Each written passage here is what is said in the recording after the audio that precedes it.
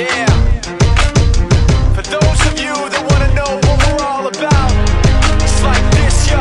This is 10% luck, 20% skill, 15% concentrated power of will, 5% pleasure, 50% pain, and 100% reason to remember the name.